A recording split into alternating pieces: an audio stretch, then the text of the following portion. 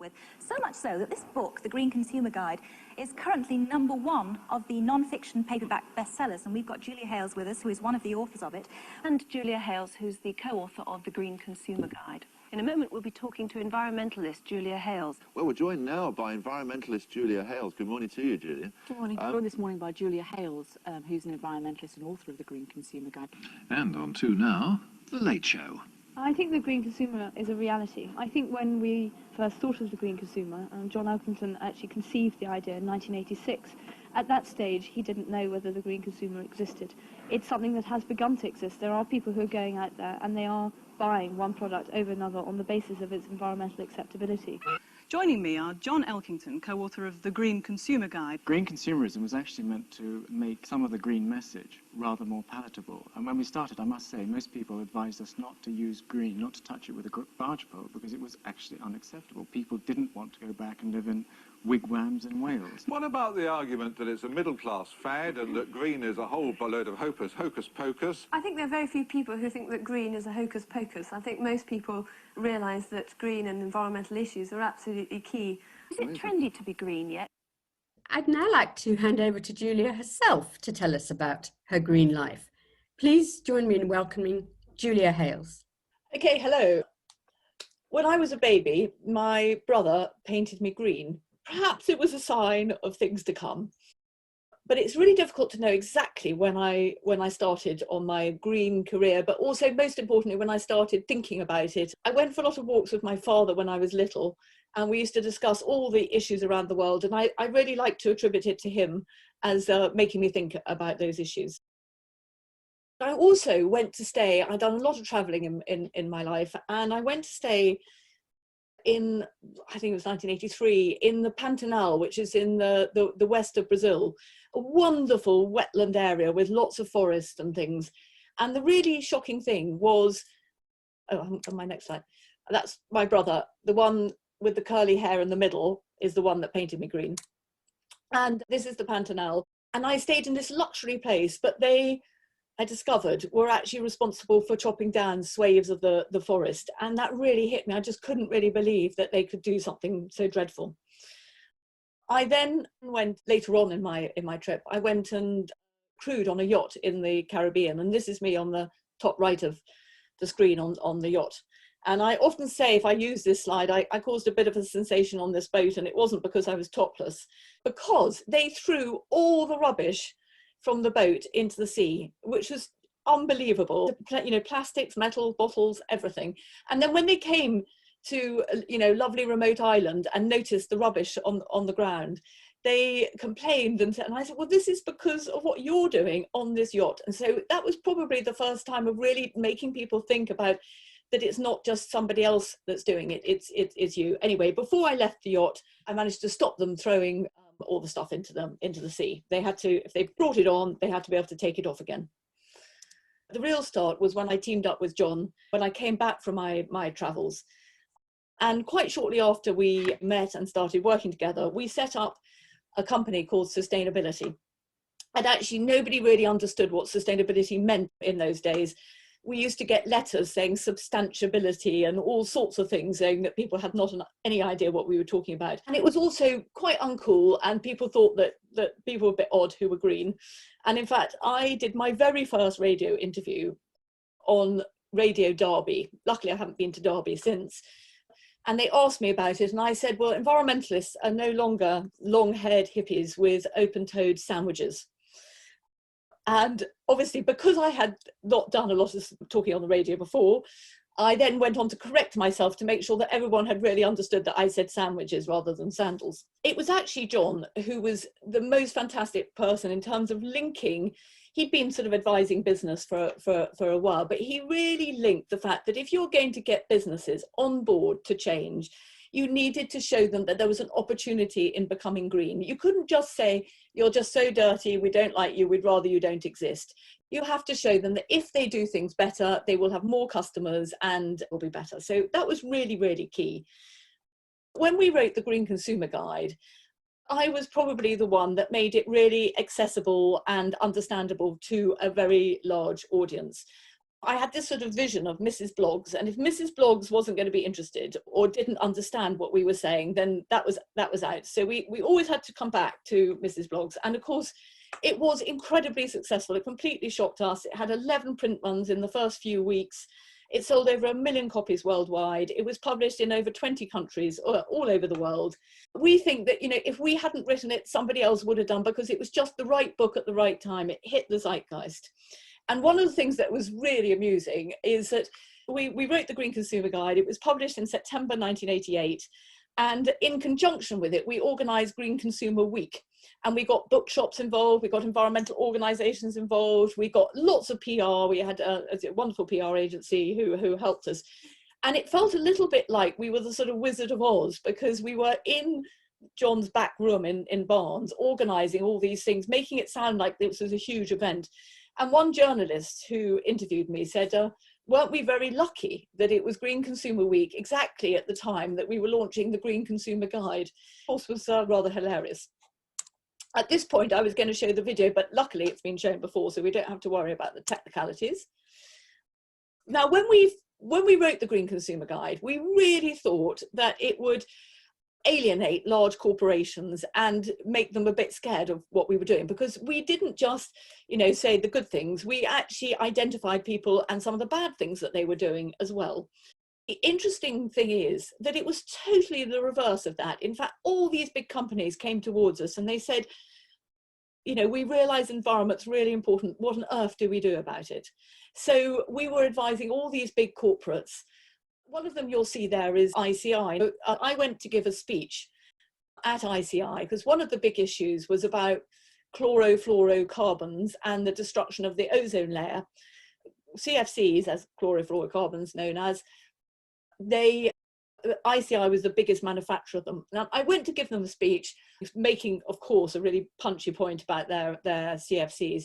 And I got a really hostile reception because ICI felt that I was like a sort of Greenpeace representative, and they were very nervous about the sort of campaigning organisations. There hadn't been a sort of understanding about business really working with people who were concerned about green issues.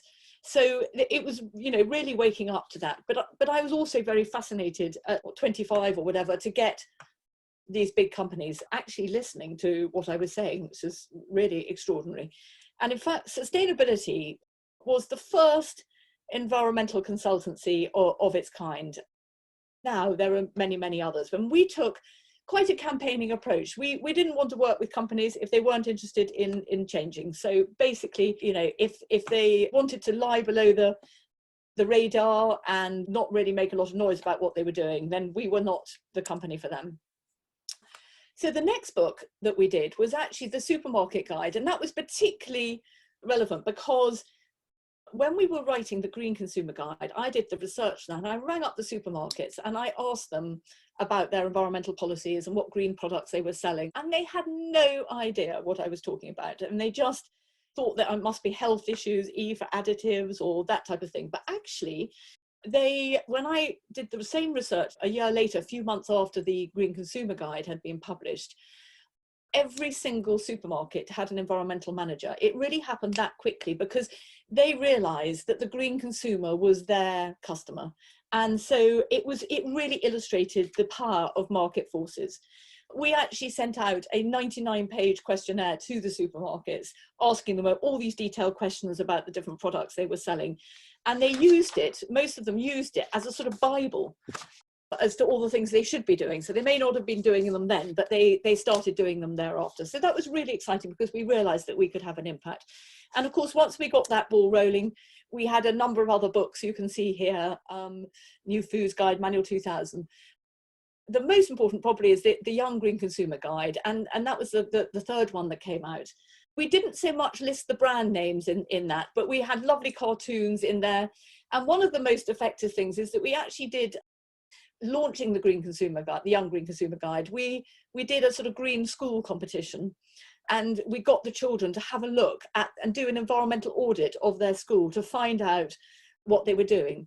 And the winners of the Green School competition was a school where the children had actually found out they left the heating, the school left the heating on all night, And by telling the school to turn it off at night, they saved them £15,000 a year. So there was a sort of double win. But it actually got the, got the children involved. So that was really exciting to see that that worked. Now, one of the issues that was really quite scary was that when we produced the Green Consumer Guide, we said that McDonald's had been implicated in the destruction of the rainforests. And McDonald's didn't pick it up immediately, but when they did pick it up, they tried to sue us and they tried to take all the books off the shelves. So that was pretty awful. And we went to our lawyers, or we found some lawyers because we didn't have some immediately, and they said, well, actually, it doesn't really matter whether you're right or wrong because they're very powerful, they've got a lot of money and they can absolutely squish you. So we were trying to work out what to do. And John then went and did an interview, a radio interview in Wales, and it turned out there was some McDonald's executives in the audience, and so he was talking about this and what was happening and how we were having this bit of trouble. And the McDonald's executives who were in the audience called the people in America, and they flew over to come and meet us and discuss what we were saying and what we were doing. And in fact, at the meeting, McDonald's then asked us to work for them, which we didn't agree to do. And they did let us keep the books on the shelves, so luckily we didn't have to take them off. And we came to some sort of agreement. I actually didn't really have much contact with McDonald's for almost 20 years after that. Just before I was publishing our new Green Consumer Guide, McDonald's also came into trouble. And, I think I should have put this slide up before. So you see it says McLibel in the book in the middle. After we had our run-in with McDonald's, there was another Greenpeace London activists who really did blast McDonald's much worse than what we did. But it resulted in the longest legal case in British history, and it was called the McLibel case. And although McDonald's in theory won at least some of the things, in practice they absolutely lost. And because the PR was incredibly negative and the people involved didn't really have anything to lose, so they just stood up and really stood their ground about what McDonald's were doing. So I think it was a real turning point for the company in terms of thinking, well, maybe taking a legal approach wasn't the best. Going forwards almost 20 years, is that actually Greenpeace then focus on McDonald's again, and they said, look, you're using soya, which has been grown on rainforest land for your chicken feed. And instead of McDonald's focusing on taking them to court and telling them that they weren't allowed to say that, what they actually did was that they flew out to have a look at where the soya was grown, and they decided they were not going to source any more soya from there, and they were going to encourage others to stop sourcing soya from that source as well. So that was really fantastic because it was a sea change in terms of their approach. And so I was rather impressed with that. So when they asked me to go and do a speech in Naples to McDonald's executives, I agreed to go. And I made, as I generally do, quite a punchy speech to the executives about all the issues that were still the problem with McDonald's. And anyway, they seemed to quite like it because they then invited me to go to Chicago. In Naples, it had been like 20 or 30 executives. In Chicago, it was several hundred executives. And I was told to be quite challenging and provocative and to say what I didn't like. So I started saying, well, actually, I hate McDonald's. And then I explained a little bit about my background with them.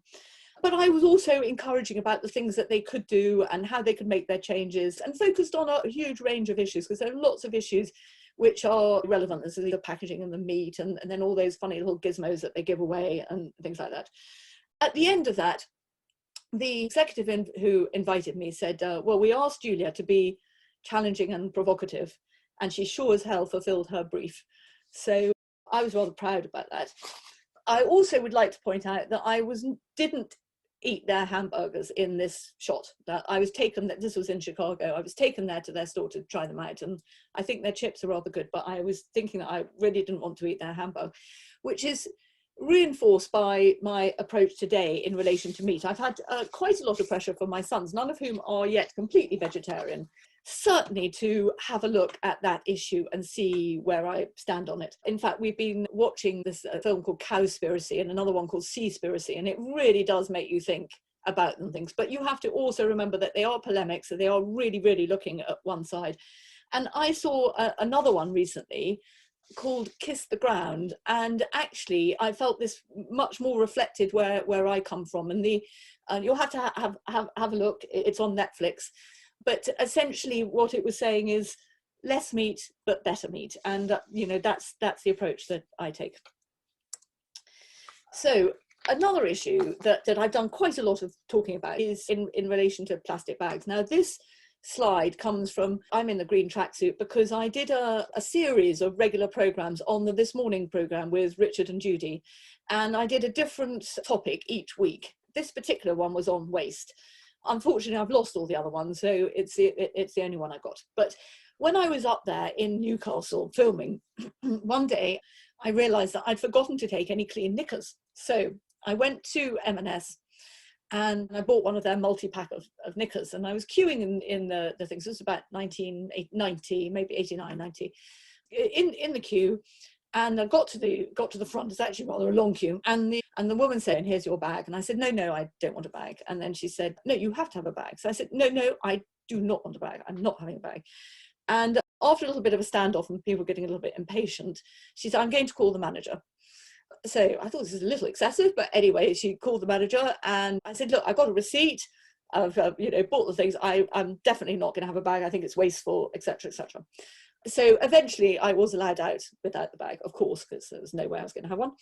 And it was interesting. So I'm telling that story a few weeks later. I was being interviewed by the Today newspaper. That's why I put it up there. Didn't last very long, and they ran a headline across the middle pages, and it said, "Green Princess risks arrest in M&S."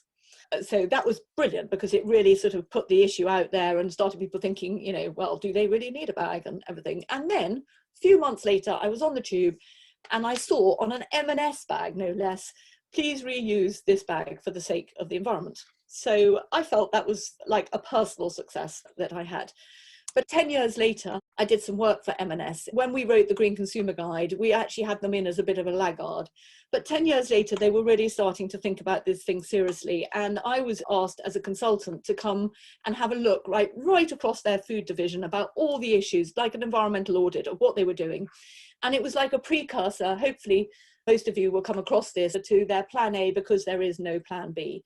And I have to say that I'm really impressed with the approach that M&S has taken and continues to take, which is that they don't just take the approach of thinking, what does the public think is the right thing, but they start looking at what makes sense from an environmental point of view, and then they have to educate the public to follow, which is very different to what many other companies do. So I also advise them on bags as well. I'm not going to spend too long on the bag issue because it's something that I've done many speeches on plastic.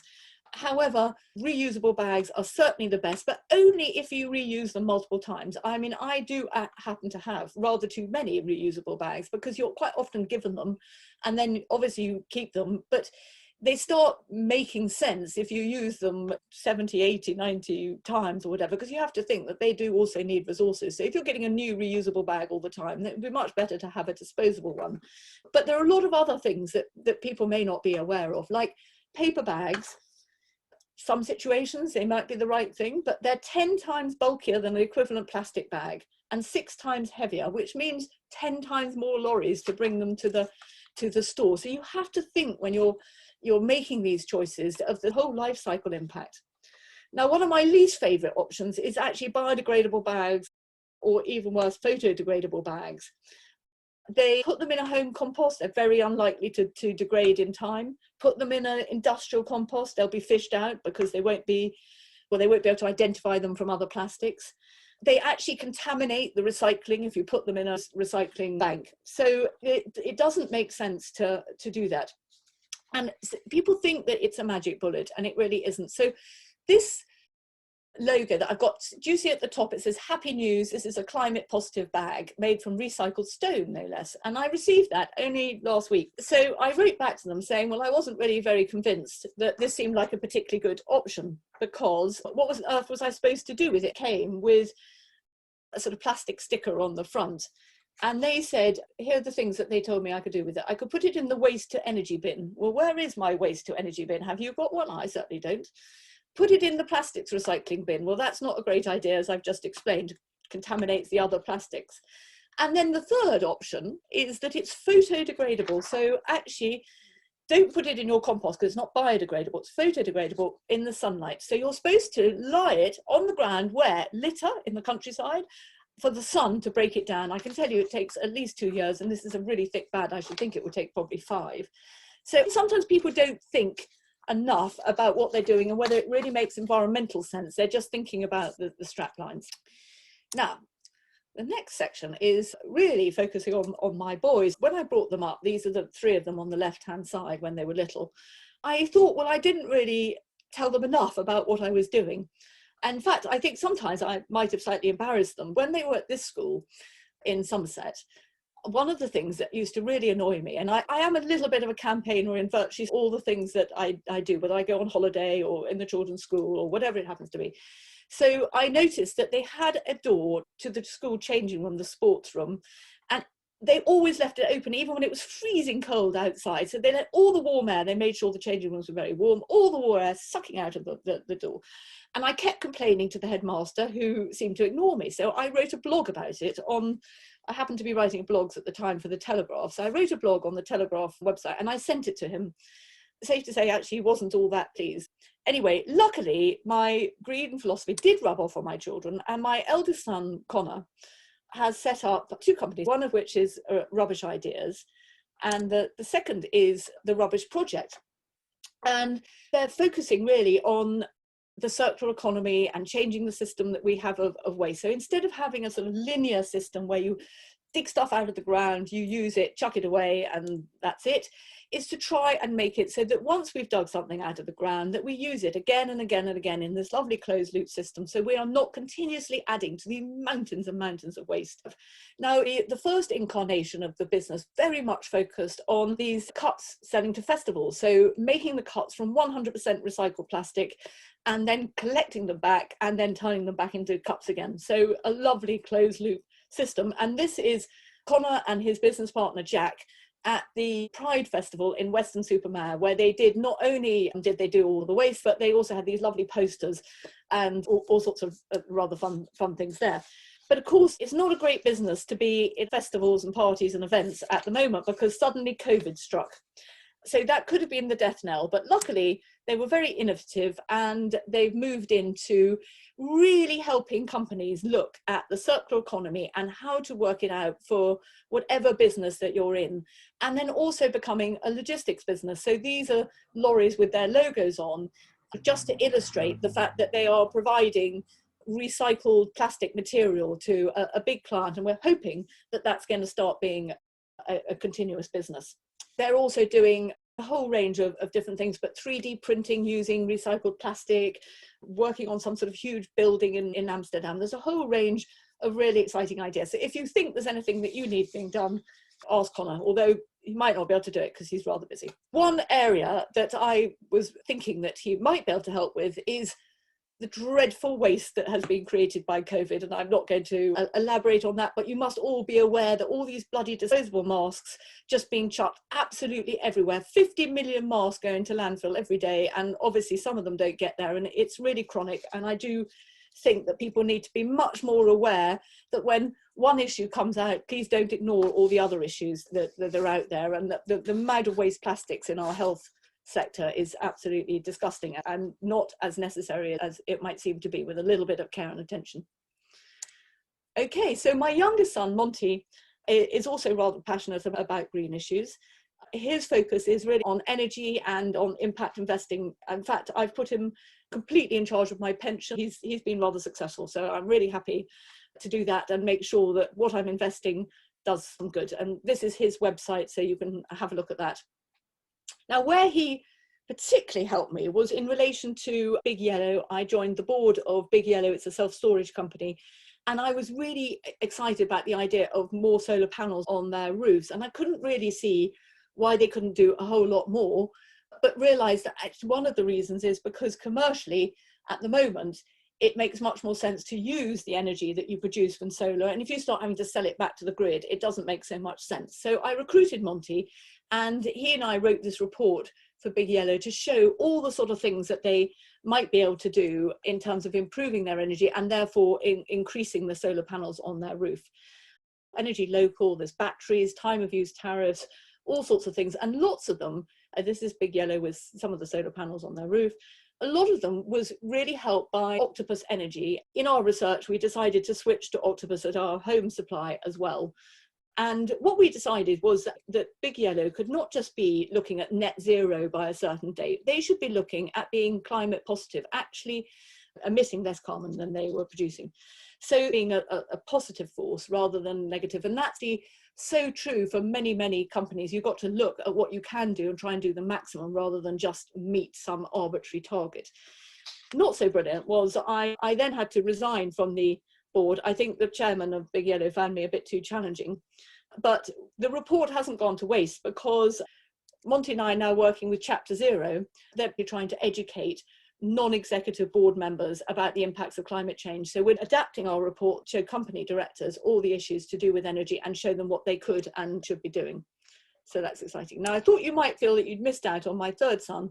This is my middle son, Rollo, and he's a designer, so not quite so relevant on the green front, although he says that some of his outside lighting here, he does provide sort of gripping points for plants, nesting birds, biodiversity, and he's also working on 3D printing designs with recycled plastic.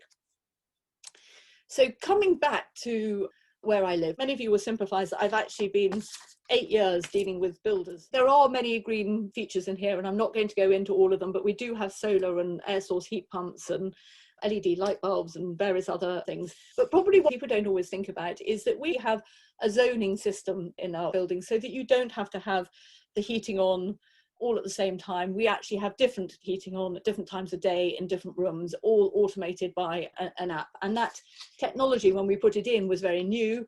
It's becoming better and better all the time. So one quick thing that I would recommend that you would do is to put in zoning and app controlled heating, so you can turn on and off your bedroom.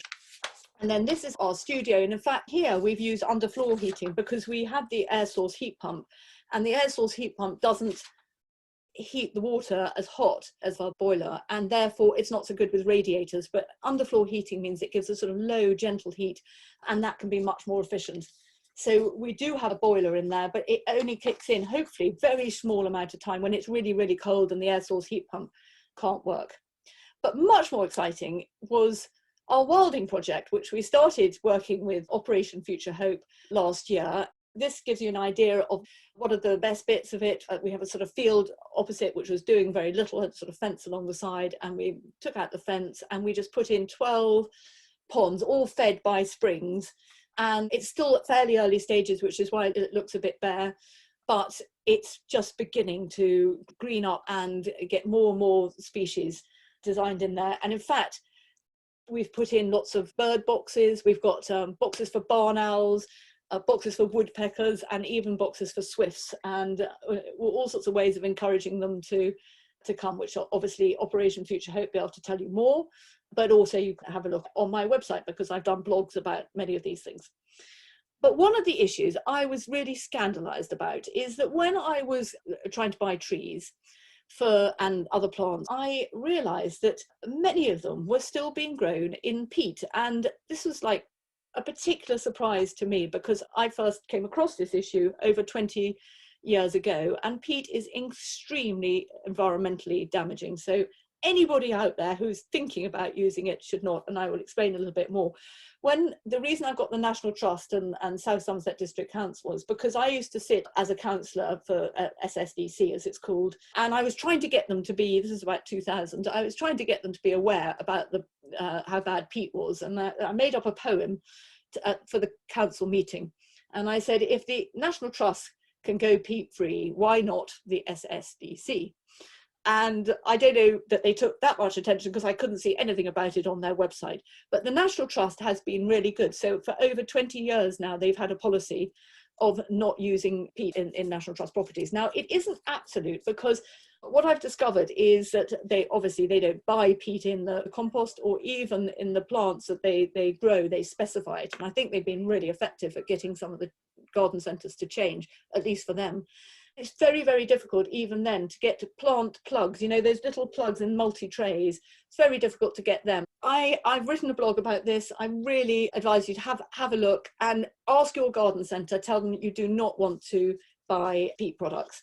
because the only way that we are going to get that change is through consumer demand. The government put a voluntary target to eliminate paint from garden centres by 2020. They just hardly changed at all. And the reason really is because there's so much ignorance, people don't know how important it is.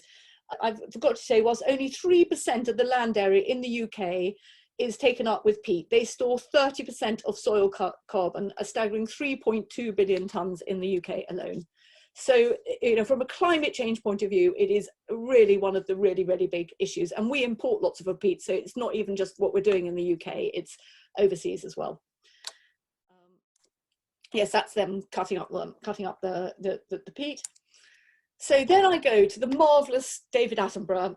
The really wonderful thing is that obviously he's been doing these marvellous documentaries for many years, but actually it's only in the past sort of 5, maybe 10 years that he's really started waking up to the real environmental impacts that he has been such a witness to. And I think it's marvellous that he's written this book, My Witness Statement and a Vision for the Future. And there's also on Netflix, there's another thing to watch on Netflix. If you haven't seen it, I really recommend watching it. I think it's fantastic that he highlights the importance of biodiversity. But he also shows some rather startling statistics. So I was born in 1961. He uses 1960 as one of his base years. In 1960, the world population was 3 billion. In 2020, it's 7.8 billion. So, I mean, that is just staggering. Carbon in the atmosphere, 1960, 315 parts per million. 2020, 415 parts per million. Remaining wilderness, 62% in 1960, but 2020, only 35%.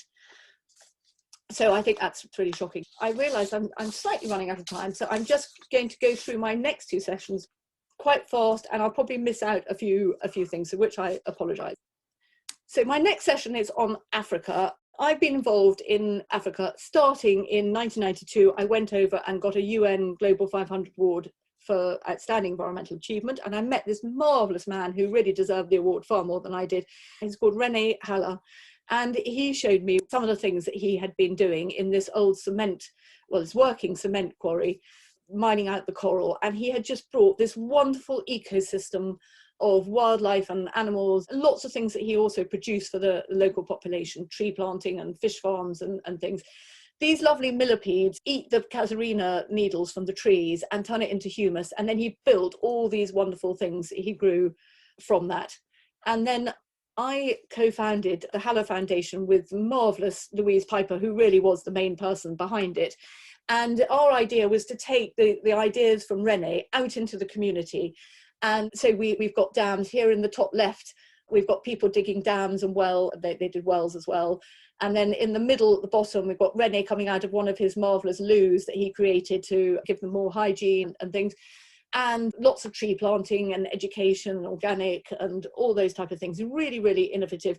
Haller now is focused on, in particular, the Haller app, which is helping subsistence farmers with advice on how to farm in a greener way and more tree planting and all that type of thing. So have a look at their website. I think it's being posted on the chat. My involvement with Haller meant that when I went on a camel safari a few years ago, I met this other marvellous African lady, Helen Douglas de Fresney, and she has founded this organisation, the Milgis Trust, and all the money from the camel safaris goes into the Milgis Trust. And they're also doing dams, they're doing health, they're doing schools. You can see this picture in the bottom middle, not burning the forest, not keeping too much livestock in the area, not cutting trees and taking care of the environment. So all the sort of things that we believed in. I loved her and I went to see her afterwards and I got them involved with the next organisation that I have joined and become a board director of, Chase Africa. Started initially with more looking at the same things that we were at Haller and the Milgis in terms of tree planting and education on environmental things, but moved to recognising the real importance about family planning and giving women the right to choose. Because by effectively having lots of children, they were unable to work and they got trapped in a cycle of poverty, and then obviously also destroying the landscape around them, which is supporting them. So there's the whole range of issues that are encapsulated in the issue of family planning, much wider than that. And Chase has started working with the Milgis, so it's wonderful having a sort of synergy between the organisations. My final section before the conclusion is on green endings. Now, lots of people are rather uncomfortable with talking about death and dying. When I wrote the new Green Consumer Guide, I found it really fascinating. I got really quite involved, and I had these death tips that I put in a nice little box on there. And I went down to give a speech at the Eden Project. You'll see Tim Smith on the top right-hand side of this slide, who's the founder of the Eden Project. And he was absolutely hilarious because he read out the death tips as part of my introduction. It's sort of in the way that Rowan Atkinson might, and it had everyone in absolute stitches, which meant that it was quite difficult to continue with a speech that was as amusing as he was. Now, I'm going to show you 3 things about green death, one of which many of you may not have come across, this resumation. And it's an alternative to cremation and much more green. I first wrote about it in 2010. Instead of using fire, you use water and you dissolve in a sort of alkaline solution, which actually can go down the drain. So it's completely non-toxic. And your bones dissolve into sort of white powder instead of all the sort of dirty ashes and things. But it also has 1/4 of the carbon footprint of crematoria and no mercury pollution. You may not be aware, but actually mercury pollution from crematoria is huge, particularly with my generation dying because of all the fillings that we had and the mercury pollution coming from the fillings. So in a crematoria, average body weighs 67 kilograms and it produces 44 kilograms of CO2, another 50 kilograms of fuel used in the cremation, and 83 kilograms to burn the coffin. Just as an aside, fatter bodies use less fuel because obviously you use the fat from the body. But resumation isn't widely available yet. It is in Scotland, the Netherlands, and the US. So I was talking to Sandy Sullivan, who's the chap behind it, a couple of weeks ago to get an update. And he said, we don't actually need money. We just need the clients willing to place the order. I have to admit that I thought that was quite funny. So the next is the eco coffin at the top. I just think it's rather beautiful. I was thinking of hanging one on my kitchen ceiling. Unfortunately, it's not available anymore because it was quite expensive to produce. So that's out of things. But the mycelium coffin below is just becoming available. And there's the web link there. And so mycelium are wonderful sort of living organisms in the ground. And they really will be not only rotting themselves in terms of the coffin and the moss lining inside, but they actually help decontaminate the toxins that are in your body. So really interesting solution. I'm certainly going to look into that. And then the other option is a lovely woolen shroud. And this company, Bella Couche, make these gorgeous woolen shrouds, which do biodegrade in the ground, particularly with shallow graves, which is if you want something to biodegrade, you need to do. And they've really thought about their product really carefully. They use primitive sheep and then lots of welfare practices. It's really good. And you end up all sort of being wrapped up in a rather cozy woolen shroud, all beautifully decorated. So I was thinking that my lovely mother, who isn't that far away from dying, she's got dementia. I just thought I had to show you her in her prime because she's so gorgeous. And we are thinking about what we will do. And I think that probably the woolen shroud will do for her, although I think I might go for the mycelium coffin when it comes to my time. Okay, so coming to my conclusion. In 1989, I spoke at the Green Party conference and I was slightly booed and heckled from the audience because I was a bit on the extreme of sort of why have we got someone on the platform who's making money from the environment too much on the corporate side, having got the other side of it from ICI. You know, the Green Party at that stage and green politics and green issues were very much more of a fringe issue. But watching Greta Thunberg on Netflix this week, it's just absolutely staggering, the support that she's engendered. And I just think it's absolutely wonderful. So I watched I Am Greta, which is the first one on BBC iPlayer. And she's then also got a 3-part, A Year to Change the World. It's really, really riveting. I absolutely recommend it. But the exciting thing is that it does, along with Extinction Rebellion, you can see that the youth today are really engaged with these issues. Now, exciting, fantastic that they are, but the reality is that it's actually rather frightening as to why they are. And the reason why they are is because that this is not so much anymore just about sustainability, that it's actually, we're almost too late with this idea that we're going to go on living in a sustainable way where we can go on doing the same things. We're not doing that. We are plundering the planet. And now we have to think, move on from just sustainability. We have to think about regeneration, restoration, renewables, recycling, repairing, and of course, most important of all, rewilding. And so I really hope that you will support Operation Future Hope, who are doing such a good job at focusing on educating the young at a really early stage, but also on this really, really important issue of biodiversity and rewilding. We welcome questions from anybody on any issue, and Leslie is going to join me. We'd be really delighted to help. Thank you very much, Julia. That was fascinating and very inspiring. Let's see what questions we have. I did see one on compostable bags. Do you have that one, Zehan? Well, that was really amazing to hear you speak, and there's such a wealth of information. A question here about what's the alternative to bags for home compost. I think that was in reference to what you said, Julia, about photodegradable bags. Effectively, it's really tricky, because if you have a paper bag, you can put it in your compost and you can burn it on your fire, but you have to think that most people are not going to be putting it on their compost. They might almost certainly end up putting it into landfill sites, and you don't want a paper bag in a landfill site because it will rot and release greenhouse gases, and you don't want biodegradable stuff in landfill sites. So there are things that will biodegrade on your compost, but generally not the biodegradable plastics. And I have occasionally tried, when I got one of those envelopes, to put it in my compost, and I'm not really sure whether it has broken down or not, but I think that most of them don't. And for those that do, how many people are putting them in their compost, really? Even if they do, they probably take a lot longer than all the other organic matter that you put in there. So it's not really an ideal solution. And if it contaminates the recycling and you can't put it in the landfill site, what do you do with it? So this applies to cutlery and crockery, you know, disposable plates and all that type of thing. Don't just get a biodegradable thing and then think, oh, what do I do with it? And then you just chuck it in the bin. Well, what's the point? Get something that is properly recyclable, and preferably made of recycled materials as well. May I interrupt to follow up on that question? Because this is something we're finally, having moved 4 times in 4 years, we're finally settling down, and we've just ordered our composter. So I guess that means we're going to be walking out of the house and directly putting it in there rather than keeping it in a small bin in the kitchen in order to transport and outgo the compostable bags. What about regular waste for the house? Because we did get supposedly biodegradable bin bags for the regular waste, which we try to keep to a minimum. So we don't have them for the recycle bin, and then you've got, you know, waste bins throughout the house for other bathrooms. This is something that drives me round the bend trying to find a solution for. Okay, well, I think that my solution may be slightly unpalatable to some people, but I don't have any plastic bags in my compost bins. I didn't used to. I have one compost bin that goes to the real compost outside, and then the meat and real sort of cooked food waste goes to the council to be made into biogas.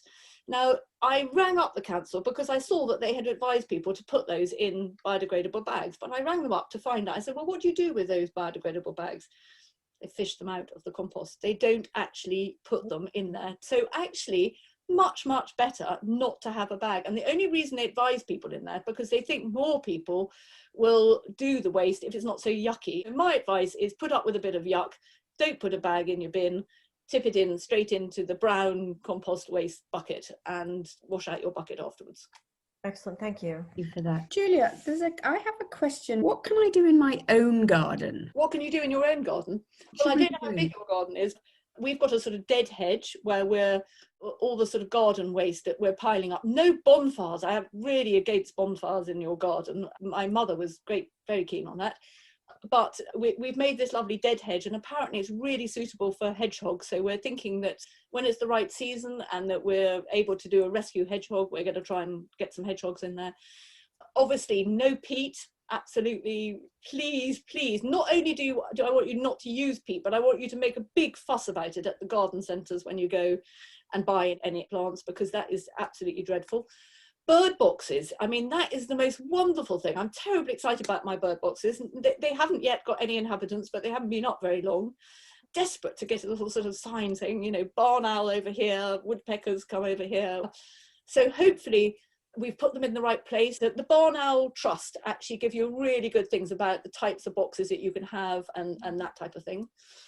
The other thing is I've got wonderful people helping me with Leslie.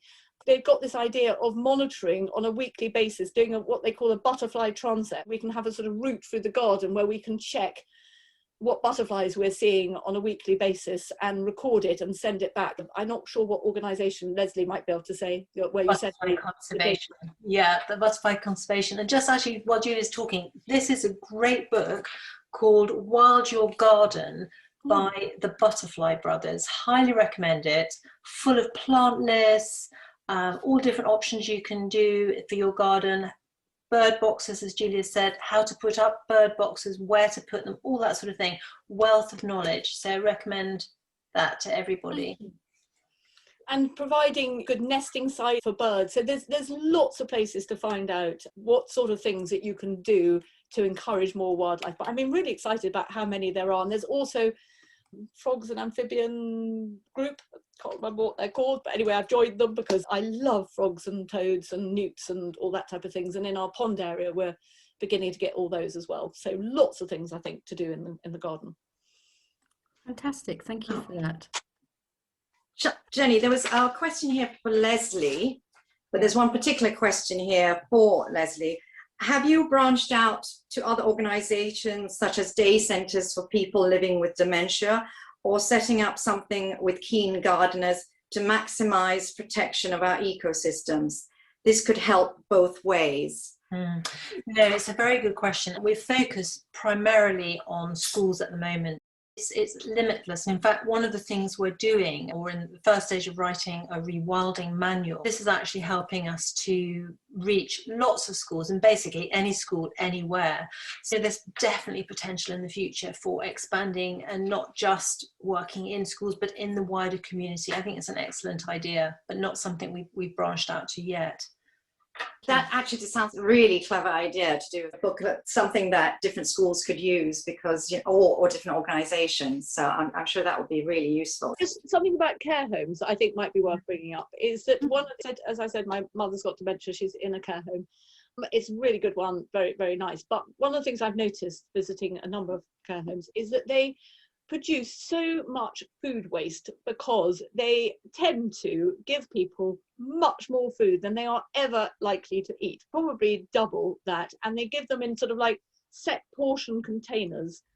And I just think that one of the many campaigns that I might start launching is in relation to getting care homes to think much more carefully about how much food the residents are likely to eat, and not giving them far more than that and causing all that food waste. Just another issue to throw in the mix. So one last question. Julia, what are your views on sustainable labels and the degree to which they're in the pay of the food industry? The answer is that when we started out doing the green consumer things, there was a lot of issues about greenwashing and people putting on labels, and there were all a plethora of labels without a lot of standards about what they really mean and whether they're the right thing. And in some ways we've come across that with this biodegradable bags and photodegradable, etc. And I think it's tricky because you want people to be talking about what they're doing, because one of the results of people making a fuss about greenwashing is that companies then think, well, they'll do something, but they won't really talk about it. So you've got to get the balance of the fact that you want them to talk about what they're doing and tell people about what they're doing, because it again gives them an incentive to do it. At the same time, you obviously don't want them to be misinforming people and exaggerating what they're doing. It is important that that is picked up by campaigners, and people are keeping an eye on that when people are misinforming. Research the options properly, think really carefully about the life cycle impact, and make sure that they are accurate. And if you see people who aren't doing it, pick it up and try and encourage them. Thank you very much, Julia. And thank you to you both for taking questions. Those really inspiring and interesting talks. And now I'd like to hand back to our president, Siobhan, for some final words. Can I just say thank you everybody for coming and being a part of this, and please do have a look at the websites, Operation Future Hope and Julia Hailes. Send comments in, all welcome, and really get involved in some of these issues, because that would really make it worth talking to you today. Thank you so much for that inspiring and fact that the information in your talk is phenomenal, and how you can keep it all in your head is just, it's very impressive.